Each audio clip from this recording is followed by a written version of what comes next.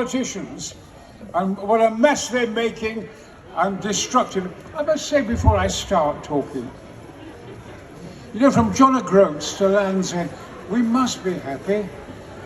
I have been president of the national parks. I've been to Everest, to the top of Everest. I've been to the North Pole, the magnetic North Pole. I've been all over South America. I've been here, there, and there. I have trained. When you see them on television at the moment, well, I have made a film, or I'm in a film, that's been made by NASA and the British and the Russians before Putin was a pillock. I trained in Moscow at Space City with 5 other British cosmonauts, and we trained there, Catherine Destivelle and this, that, and the other, and the Mir Space Station. They built 2 of them. I trained up there, and then I also trained on Reunion Island in the Pacific with NASA, and we were there for 4 or 5 weeks, and we became fully trained astronauts and cosmonauts. I'm a fully trained cosmonaut astronaut. There's no end to that I will not go to realize my dreams. And the dreams are from Noah's, I mean from Land's End right up to kind of John O'Groats. Britain is full of theatres. It's full of sport. We are wonderful with our animals. I was president of the national parks, and I created all these butterfly farms everywhere. I completely renovated the South Downs and created the Russian blue butterfly, etc., etc. Papilio machian, our only swallowtail. From John O'Groats to Land's End, we have theatre, we have films, we have people working in the countryside. Music, theatre, opera, second to none in the world. And I mean, this is our power, this is our strength. One loves it so much. Royal Shakespeare Company, National Theatre, theatre around here, football teams, cricket, sport. We're wonderful people. We have a wonderful country. Marvellous for me now, of course, to be here today. I was born in Mexborough, 9/10/36. I'm 89 years of age. Don't ever make a pact with old age. There is no one like you. I will never be old. I train like hell. I've got my own gymnasium and this, that, and the other, because of the adventures I want to do on earth and off the earth. And there's so much theatre, there's so much art, there's so much painting, there's so many people, there's so many animals. It's a wonderful, wonderful world. And we're going to win through in spite of the negative politicians, etc., etc., etc.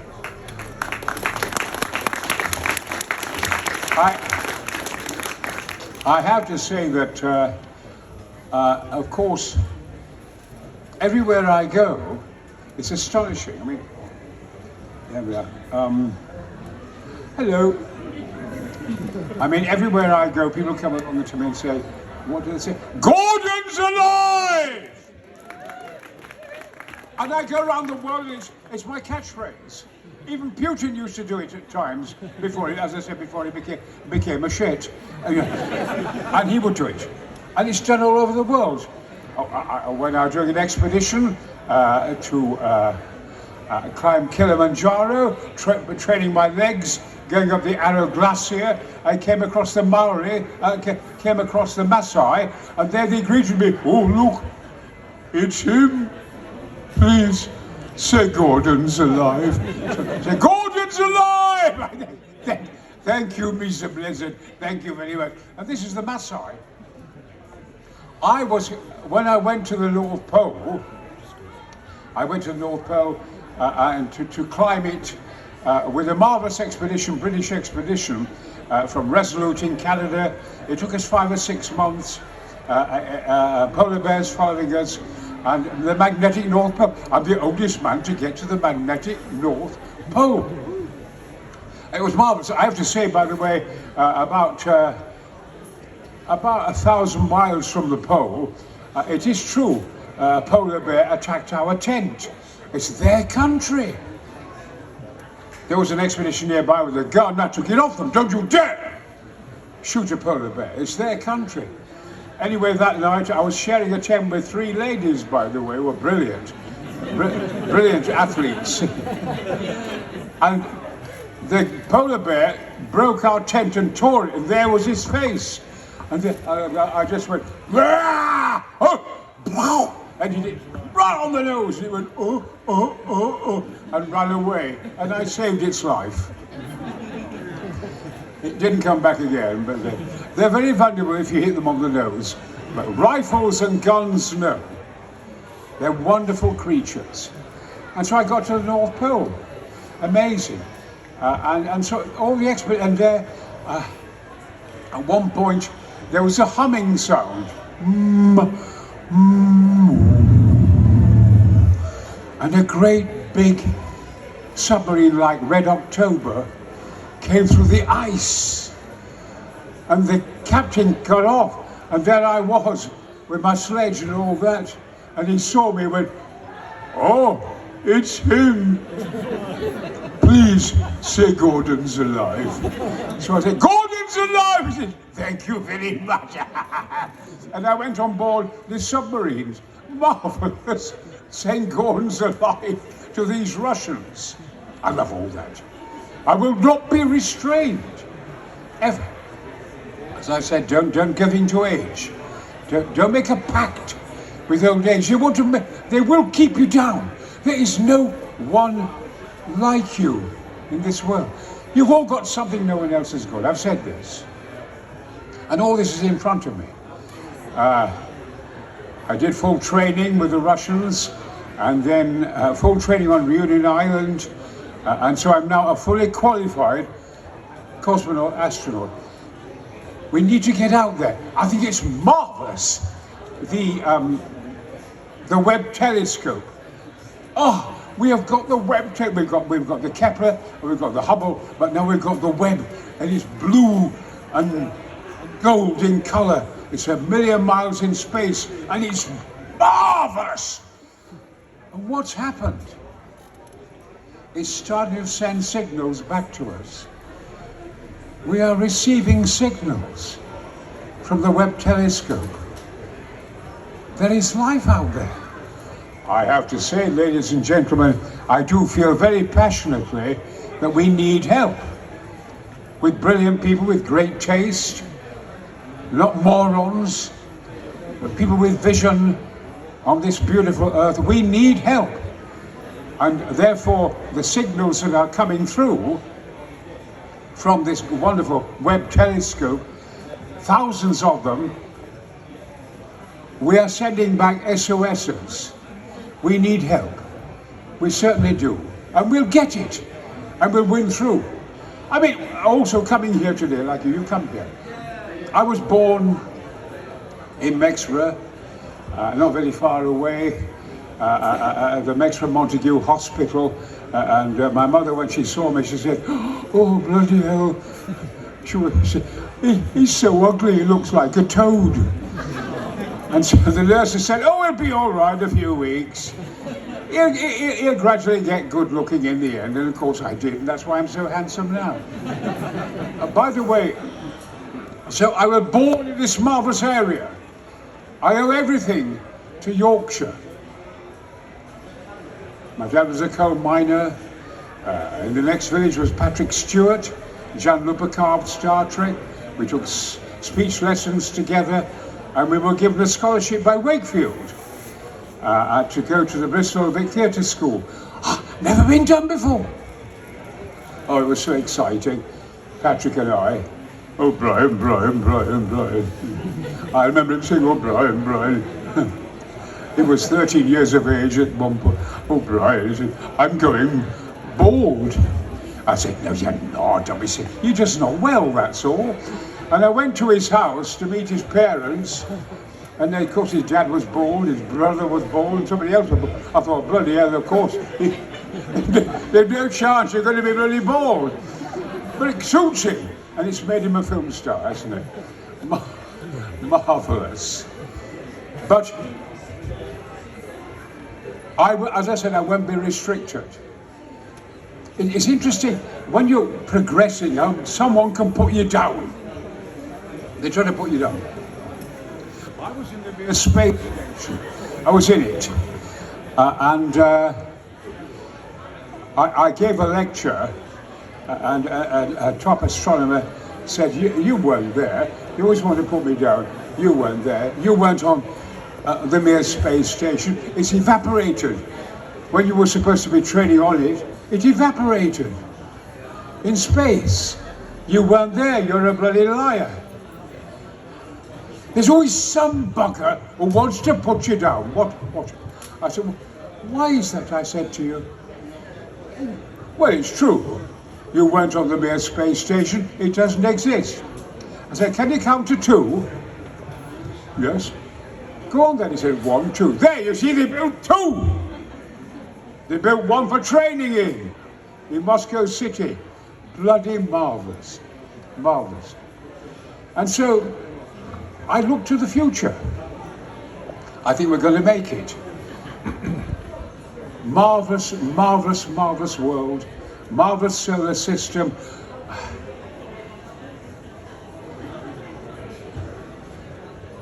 Let us probe the silent places. Let us seek what luck betide us.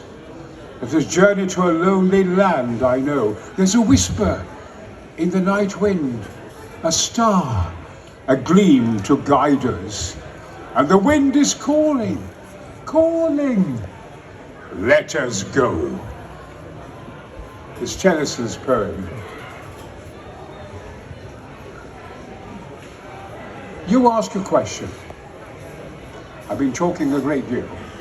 And Dominic, I want to say, by the way, of course, amongst the many things, when I first went to Everest, I was blessed by the Dalai Lama. The film I've made, Galahad of Everest, was on at the Riverside Studios the other day. And all his monks came over, the Dalai Lama. This is his scarf. And he blessed me. And it's made it possible for me to do all these adventures. So this scarf is from the Dalai Lama and from his monks. And I see him from time to time. Of course, everybody, when they meet the Dalai Lama, they get a bit posh. You know, they want to be lovely and posh with him and so forth. And when I first met the Dalai Lama, I said, I asked him about his sex life. I said, how'd you get on with him? He said, and he had the translator on, no one asks His Holiness this mission. Oh no, please, because he's my age. You know, and I'm 89, but I could shag anything that moved. Don't make a pack with bloody old age! Bollocks! And the Dalai Lama said, oh no, Brian, it's true, Brian. Because people talk nonsense to him, you know, esoteric nonsense. And he gets bored with it. He said, no, Brian, sometimes I think of a beautiful woman. And when I think of a beautiful woman, I do my mantras louder and I take a cold shower. And it has a very good effect on me. Ask me a question. Go on, sugar lumps. Would anybody like to ask Brian a question?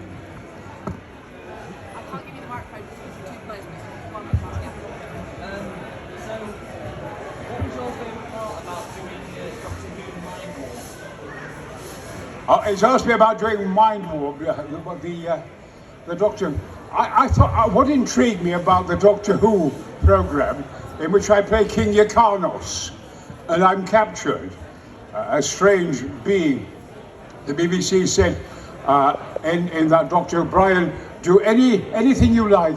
We want to put noises around your voice.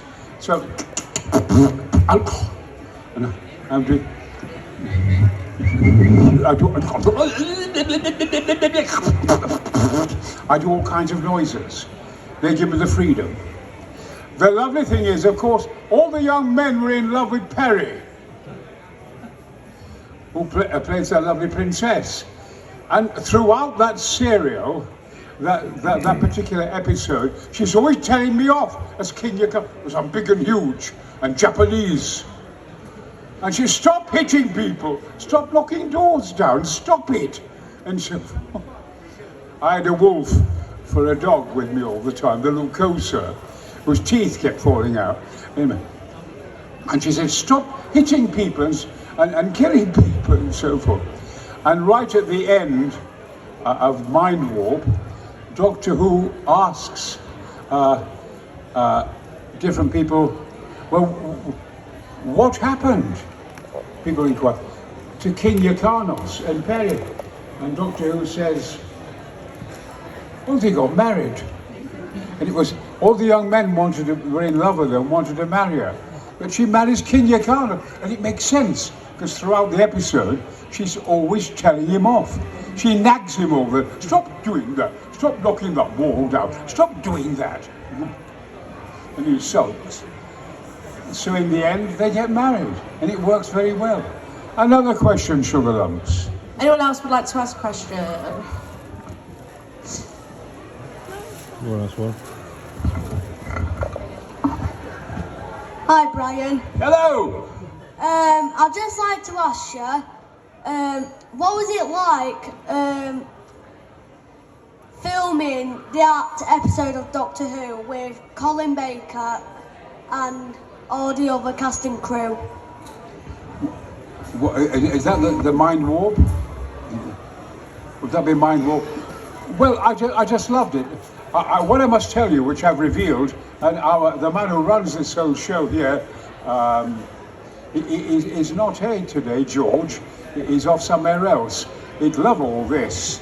What was I going to say? Yes, that was the same. That was the same Doctor Who, etc. But to my amazement, and this is big breaking news for you, many years ago, the Radio Times came out before the current Doctor Who's. Before any Doctor Who, and on the front of the Radio Times, you'll see a man in a trilby, bowler hat, and a white cane doing magic tricks. And it's a 22-year-old man, and it's me. And it says, here is a BBC production for the future Doctor Who. And it would have worked with me twirling, doing things, bouncing things, cheerful, lovely. And it was the Radio Times that week covered it. I knew nothing about it. So the Radio Times wanted to cast me as Doctor Who. But I was in Z cars. I am a BBC man. At the moment on television, you can see Z cars on Talking Pictures. Me as Fancy Smith, the tough guy, the man who knocks the hell out of the villains and so forth. And then after Z cars, imagine being this tough Yorkshire policeman. And afterwards, I went straight into the Three Musketeers, playing Porthos, who could fight anybody. What is your name? My name is D'Artagnan. Then D'Artagnan! We are four. And I was in the Three Musketeers, lots of marvellous things. The BBC looked after me. I never stopped working. But then there was this marvellous moment, and my wife Hildegard Neal said, Christ, when I was in Z Cars, I never got on with Herbie Wise, the director. I was too tough, he thought. I made him too tough, Fancy Smith. But it wasn't true. But he never quite took to me. And once, I kept away from a whole day's rehearsal, which you couldn't do with him. He'd go off his head. He said, when I see him, I will sack him, I'll sack him. How dare he just buzz off? I've often done a walkabout. Don't you sometimes feel like that? You sometimes want to say, I'm so bloody fed up, I'm going to go for a walkabout. And I left Z Cars for about a couple of days. And Herbie Wise was the director. Anyway, I married Hildegard Neal, and she said, you've been offered the Emperor in I, Claudius. BBC I, Claudius. It's the lead in the whole film as the Emperor. Who's directing it? Herbie Wise. I said, no, it's a joke. And there was John Hurt and Patrick Stewart and different wonderful top actors, Jenny Jacobi and everybody.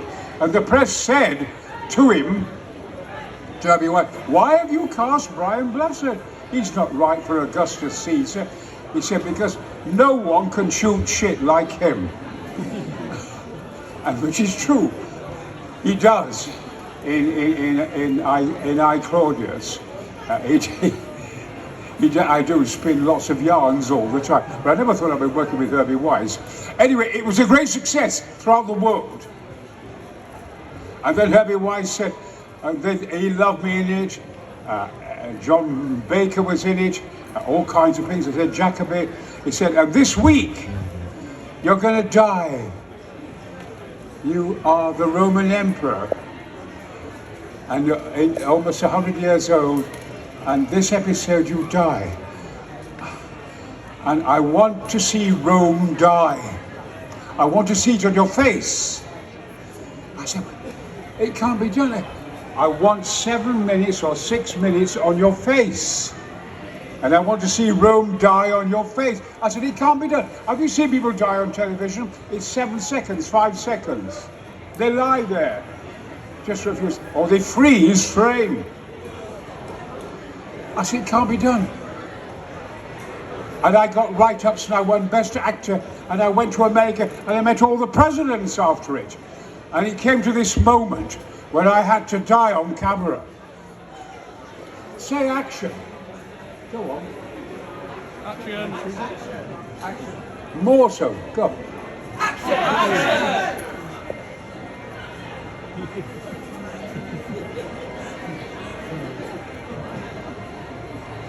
I did that for 7 minutes. And I got standing ovations by the critics. We've just seen something miraculous. Yes, for 7 minutes. The headlines in the press. He has died for 7 seconds on the screen without moving his eyes. The tears are going down there, which you would with a dead body. You know, but we're just there to do that. And I won Actor of the Year. No end to my talents. Ask another question. Anybody else? Yeah.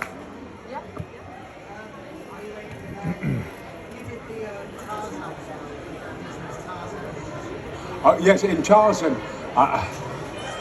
When I'd been to the Lost World in Venezuela, we crashed in an aeroplane on the way back. A Czechoslovakian aeroplane. We crashed. And so I managed to, because I've been in the RAF and I've done 47 jumps. And I got to the front with the pilot, and we had a crew of 11 people. I said to him, take the plane deeper down, don't go back to Caracas. It's too hilly, it'll blow up the plane. Head towards the trees, go back into the jungles, get down to 100 feet. Because one of the engines had gone. And now turn the engine off slowly and float. Go on, Mr. Blessed, do you think so? Mr. Blessed, do you think so? Yeah, go. Take your foot off the final one. And gradually we hit the jungle, we hit the swamps, and we went upside down. And I thought it'll blow up. Come on, let's get out the plane, quick, quick, quick, it'll blow up. And so forth. It was in all the press. We crashed in the forests of Venezuela. We survived, we got it, we swam out of the rivers and this, that and the other. We arrived in a Pemon village and there was a Jack Russell dog and covered in shit and God knows what, and it showed us the way to its village and it saved our lives. I got back and I was in Tarzan. Disney had cast me in Tarzan. They couldn't believe it. Brian, you've been crashing in the jungles in Venezuela? Yeah. I was playing Clayton, the 7-foot villain in it, who fights the gorillas. It's a marvelous film, marvelous music. And a marvelous Tarzan, Goldwyn who plays it, who was in Ghost, the film Ghost. He's the Tarzan voice. and he yodels. Anyway, I finished the film, and so forth. I came back to do a bit more work on it. I was with Roy Disney. He said, Brian, you're great as this evil man, you're wonderful, Brian. And I could hear in the distance, What's it? Oh, Brian, our Tarzan can't yodel. I said, what are you talking about? When I was a little boy, the Johnny Weissmuller films, we all went to this little boy, and we could all yodel. And Brian, nobody can yodel. See if I can do it. So I went,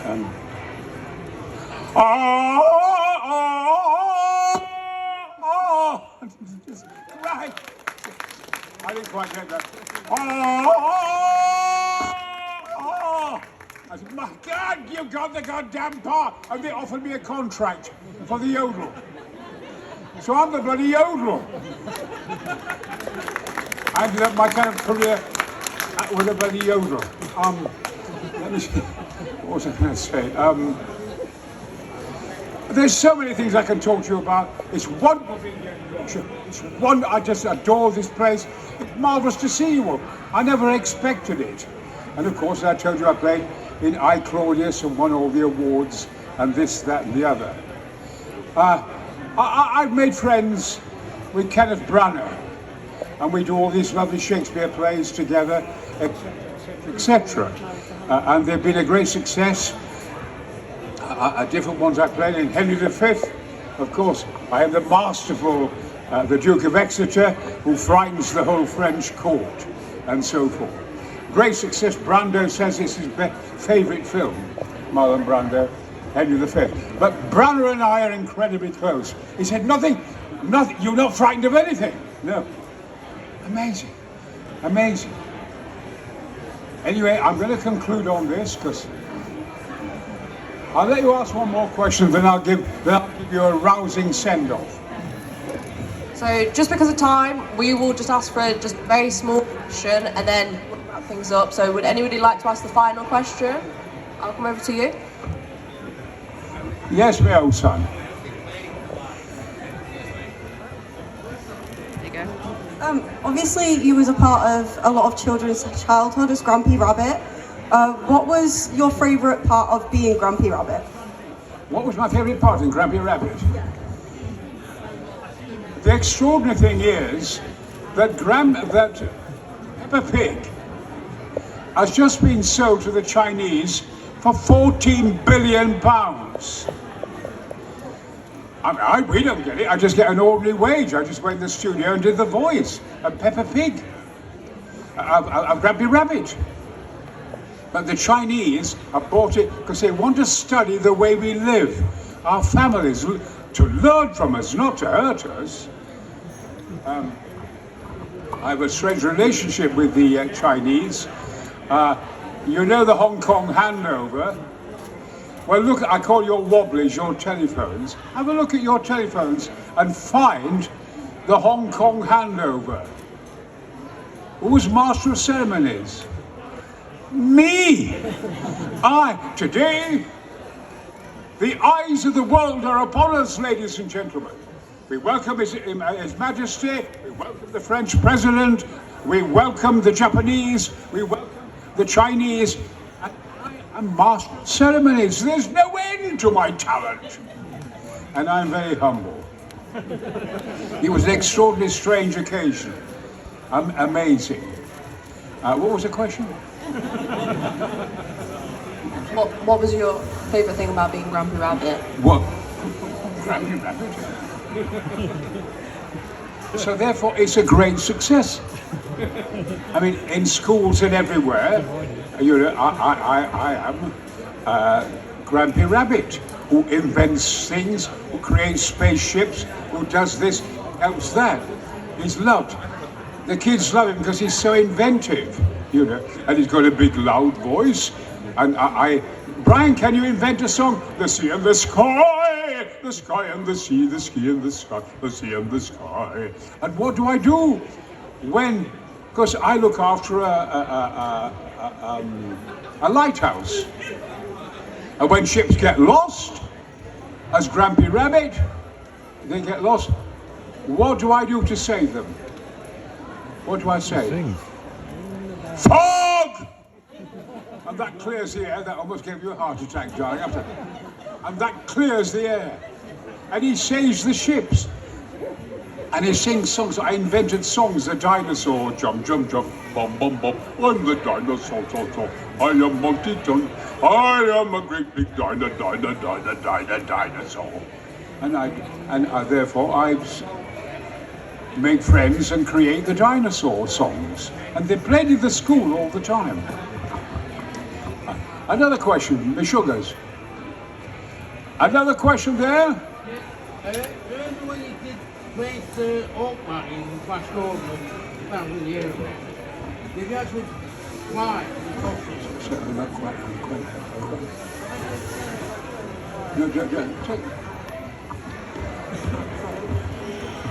No, I mean, I think Flash Gordon is a great film.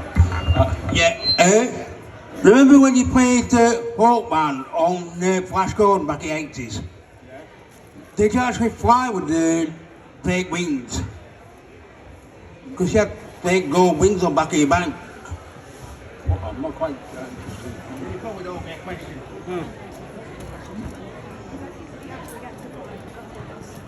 So he was asking if you actually got to fly with your 8 wings. Sorry to give you away. What was that one? Sorry, I didn't know what. So he wants to know if you actually got to fly with 8 wings. Did I get Did I get to fly in Flash Gordon? Well, yes. I mean, because I, you know, there are 2,000 of us. The man in charge of the expert in charge of all the fighting, particularly when we're attacking the rocket ship Ajax, we attack it with all my men. Well, the fighter ranger was very ill, so I designed all the flying. So I am absolutely bloody brilliant. They do bloody fly. I therefore direct those scenes with them and so forth.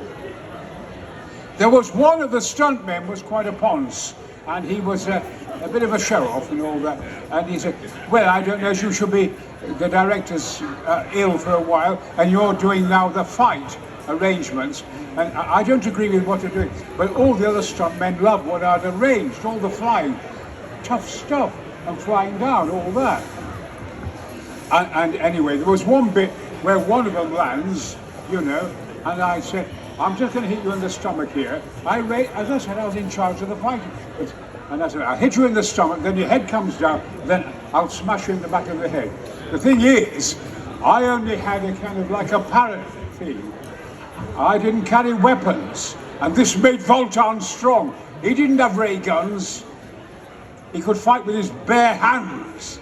This made him much more powerful, even than Flash Gordon. And he said, well, it won't work if you hit me in the stomach and my head comes down. I said, look, we're going to bloody do the scene now. Just get on with it, mate. The stuntmen didn't like it. He was rather posh and so forth. So when action, and he came down, and I just went, I was just checking if not, I do oh, well, who wants to live forever? Squadron 40, dive! He came across, his head went forward, and actually went back in, and out he went for the full count, you see. And when he came round there, cut! There I said, see, bugger lugs. I told you what would happen to you when I hit you in the stomach. You did come forward and you did come back with your head. And so and I told him to bugger off. But anyway, I just, I can end it now. All right. So, sorry, me old sweetheart. I think I'd better show you as an example about having a go. As I said, Ken Branagh and I are very good friends. I do help him with his films, and I've been in his films. I'm the 30-foot ghost in Hamlet, the terrifying giant ghost in Hamlet, all kinds of things, etc. And Ken's always surprised at my bravery, which is lovely. We're all brave. There's no one like you, as I've said. I said to Ken, I've just been asked the impossible. what's that? I said, well, I've just been asked to be Pavarotti. I said, what are you talking about? And he said, I've been asked to be Pavarotti, and I can't do it. You, brave Brian Blessed, your friend, they want me for charity, Granada Television, to be Pavarotti. And it can't be done. I said, why is that? Well, when I was in Cats, I haven't talked about Cats, the musical, I said to Carreras and Domingo and all the others, why do you call him Maestro Pavarotti? Because he's superior to us. He's a much more superior.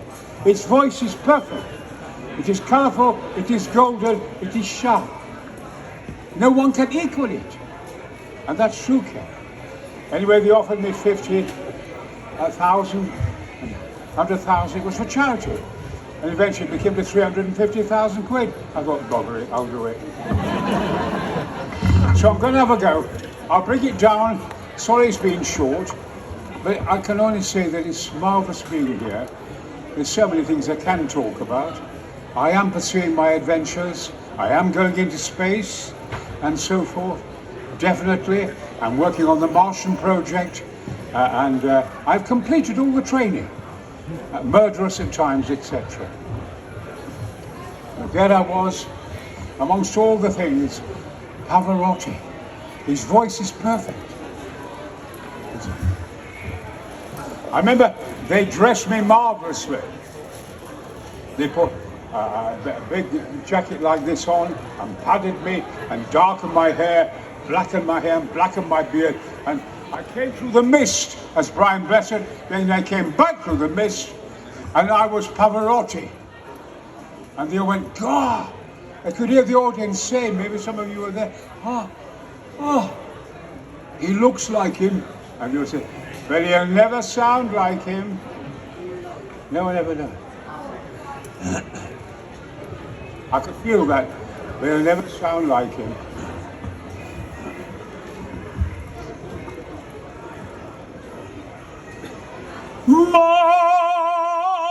Marcello, chi è bello in me.